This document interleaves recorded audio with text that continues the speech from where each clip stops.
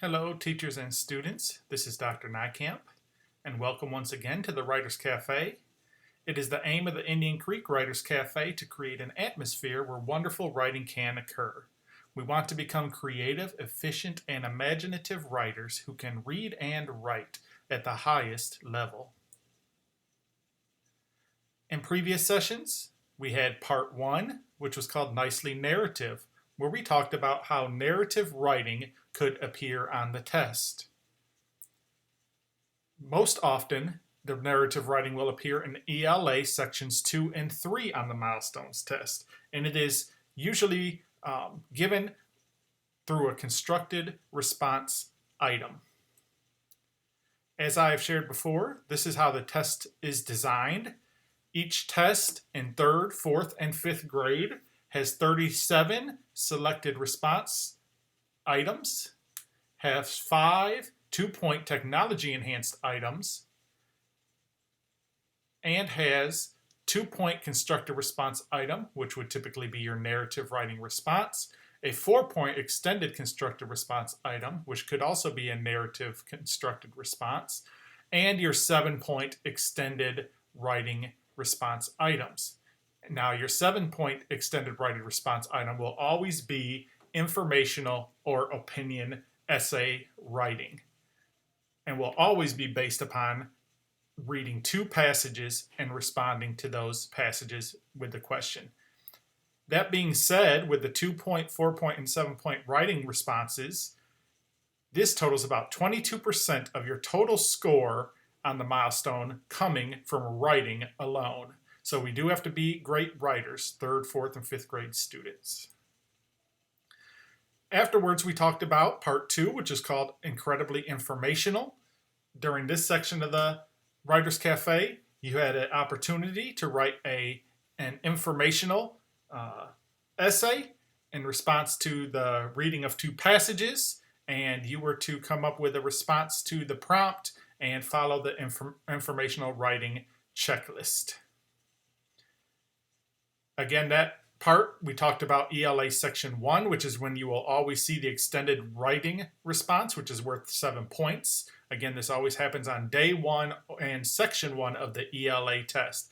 This is the most heavy writing portion of the test. So on this day and this section, you will be doing the long 7-point response, whether it be informational or opinion writing, which leads us into today, where we are talking about part 3, Outstandingly Opinionated. And you guessed it, we are talking about opinion writing today, oftentimes called persuasive writing. So part 3 of our Writers Cafe is called Outstandingly Opinionated. So we always consider, what is an opinion? An opinion is what you feel, think, or believe about something, as I'm sure many of you know. All right, questions you might see that are asking you to think about your opinion are questions like, do cats or dogs make better pets? Should students get paid for good grades? Should students have recess every day? Should students be allowed to grade their teacher? And so on and so on. You can see different questions here that might require the student to state their opinion about that particular topic. On YouTube, there is a channel or a playlist that has great videos about how to complete opinion writing. And while we're not going to watch these videos, I did want to leave this here for you and your teachers. You can look at these videos at another time. They describe very well how to complete an opinion writing piece. It is kid-friendly. It has to do with choosing a topic, making a plan, and so on and so on. So you may want to watch these videos on YouTube when you get a chance. All right. So on the Georgia Milestones for 3rd, 4th, and 5th grade, this is what a sample opinion writing task might look like. All right.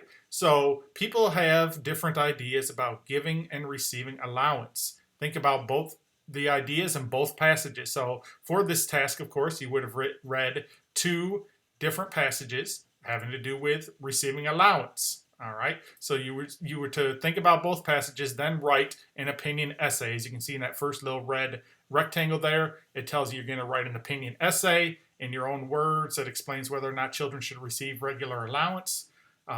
Then be sure to use information from both passages in your opinion essay. So usually in the writing prompt, it tells you to use information from both passages. So again, you're always going to read two passages and you're always going to reflect on both passages when you respond. So down at the bottom, I'm not going to read these, but these are what a complete response might look like. And it basically gives an introduction where the student said what their opinion is. Then the following paragraphs talked about the reasons why they did it. And at the end, they had a conclusion. So that is good writing there for an opinion essay. So again, for your opinion essay, you have a total of 7 possible points, and we've gone over this before, even with our informational. You can get 4 points, up to 4 points for your idea development, organization, and coherence.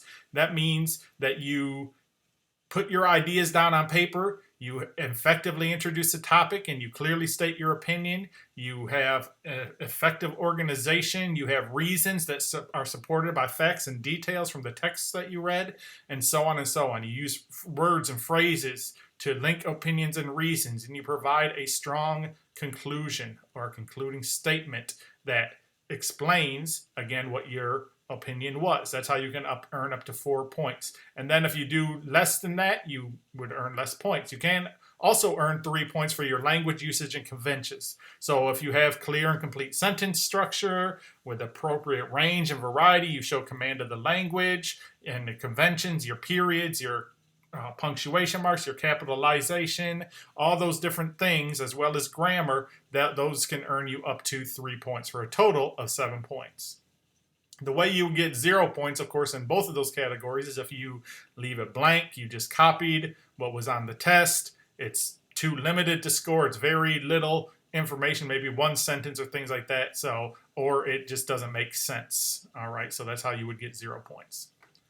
So if you were to get an opinion essay on your milestone test, and some of our students might get opinion, some might get informational, but if you get opinion, these are some examples of a quick planning, basically a graphic organizer. Okay, so at the top there you see it says your introduction, where you state your opinion, and then you give 3 main points. And this is how, we would hope your teachers are teaching you to state your opinion and 3 main points, so that in the body of your essay you will have 3 separate paragraphs for point 1, point 2, and point 3, along with details and reasons why you chose those as your main points to basically support your opinion. And then at the end, you're going to restate your opinion. That's the conclusion and the reasons why you chose that once again. All right. So planning, we don't want you to spend a whole lot of time planning, because on a test, of course, it is always timed. So we don't want you to spend the majority of your time planning. But this is one way that you can do this, ahead of the test, just to kind of get yourself used to the format of what you should be writing. All right. So this slide talks about writing smart. All right. And these are the kinds of sentence starters or words or phrases that you might use to make your opinion writing sound great. In the introduction, you may say things like, many people think that, or I think that, or I believe that, or things like that. That would be opinion. An opinion statement might be, I think kids should, or I believe that, I realize that. Supporting paragraphs, you may say, one time, one example of this is, one reason why. Okay, so different things there. And then in your conclusion, you would say, I know one thing for sure. All right, I learned that, so on and so on. All right, so then you have on the right side here some opinion transition words. You would say, in my opinion, or I think, again. So that's a little repetitive, but transitions when providing reasons, all right, to start or to begin with. Another reason, most importantly. These are all different phrases that you can use in your writing to make it sound as best it possibly can. So what to expect on the test? All right, so on the milestone, you're going to, of course, read your passages. You're going to get a writing prompt, and you're also going to see a writer's checklist. All right, and the writer's checklist is very important because it tells you what you are supposed to do when you're writing. And I'm going to read through each of these. It says, be sure to introduce your opinion. It is so important. All right, I think that. It is my opinion that. That's how you should say it. You're going to support your opinion with reasons and details from the passages. You always want to refer to the passages. In passage 1, it said this. In passage 2, it said that. this author stated that. Okay, so those are the kinds of things you should be saying. Give reasons and details in a clear order. Okay, you don't want it to just be random. Like I said, you want to have probably three main reasons why you have your opinion, and you want to have those organized into three separate paragraphs. Reason number one, reason number two, reason number three. Develop your ideas clearly and use your own words except when quoting directly from the passages. Do not just copy what they wrote in the passages. You want to put things into your own words, all right? Because the people who grade the tests are trained to look for those sorts of things and see if your response is only being copied from what the authors wrote. We want you to use your own words. Identify the passages by title or number when using details. Okay, so like I said, say passage number 1 said, or passage 2, or the title of the passage if they do have a title. And use linking words like although, however, also, those kinds of words, of course, and use clear language and vocabulary. Have a strong conclusion that supports your opinion, okay? So if you said at the beginning that a cat would be the best pet, don't change it at the end to the dog would be the best pet. That's not what you want to restate your opinion, okay? All right, so now I've told you all the reasons why I love cats, and this is why cats are the best pet. All right, that's how you conclude your opinion essay. And then check your work at the end, of course, for correct usage, grammar, spelling, capitalization, and punctuation, because we want to have the best writing possible there. All right, so then you'll also see a direction that usually says, now write or type your opinion piece. Refer to the writer's checklist, which I just read to you, as you write and proofread your piece. All right, so third graders, you will be reading two texts or two passages. The first is called The Gift of Giving, and the second passage is called Receiving is Fun. All right, so after you read those passages, you will have a writing prompt or a question that you will be answering, and it is an opinion essay.